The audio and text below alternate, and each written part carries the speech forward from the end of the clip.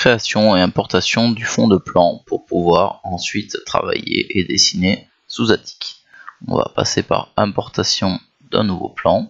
À partir de là, on va choisir ici un plan DWG ou DXF. Vous voyez qu'on peut également mettre un PDF, une image JPEG, mais on ne pourra pas s'accrocher dessus.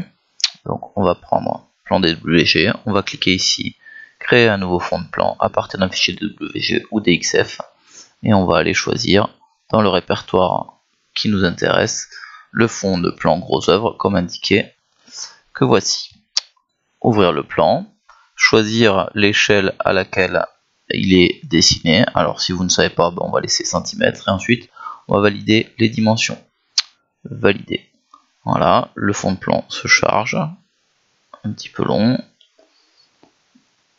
Donc l'intérêt de passer par un fond de plan DWG, c'est que vous allez pouvoir choisir d'afficher, de masquer des calques, vous allez pouvoir choisir de remettre à l'échelle, et en plus on va pouvoir s'accrocher dessus. Voilà le fond de plan sur lequel on a travaillé en TD, et donc vous retrouvez les différents calques qui permettent d'afficher les murs, les cotations, les semelles. Donc on va vérifier la dimension à l'aide de ces deux outils qui permettent de recalculer une échelle. Donc par exemple ici entre deux points, donc 11,61 m de là à là, on vérifie. Donc on voit bien qu'il y a une erreur d'échelle. Effectivement, autre valeur de la cote en mètres, on va mettre 11,61 fin. Et maintenant si on refait la même vérification, 11,61. Donc notre plan est mis aux bonnes dimensions.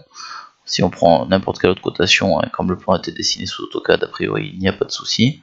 Donc si je reprends la dimension ici, j'ai 4,14 semelle à semelle ou 4,54 mur à mur, comme ce que nous avons défini ensemble en travaux dirigés. Voilà, pour pouvoir finaliser, tout simplement en bas à droite, fin.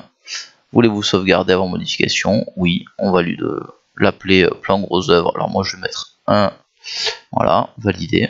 Et donc le plan est prêt à être utilisé pour pouvoir travailler dessus.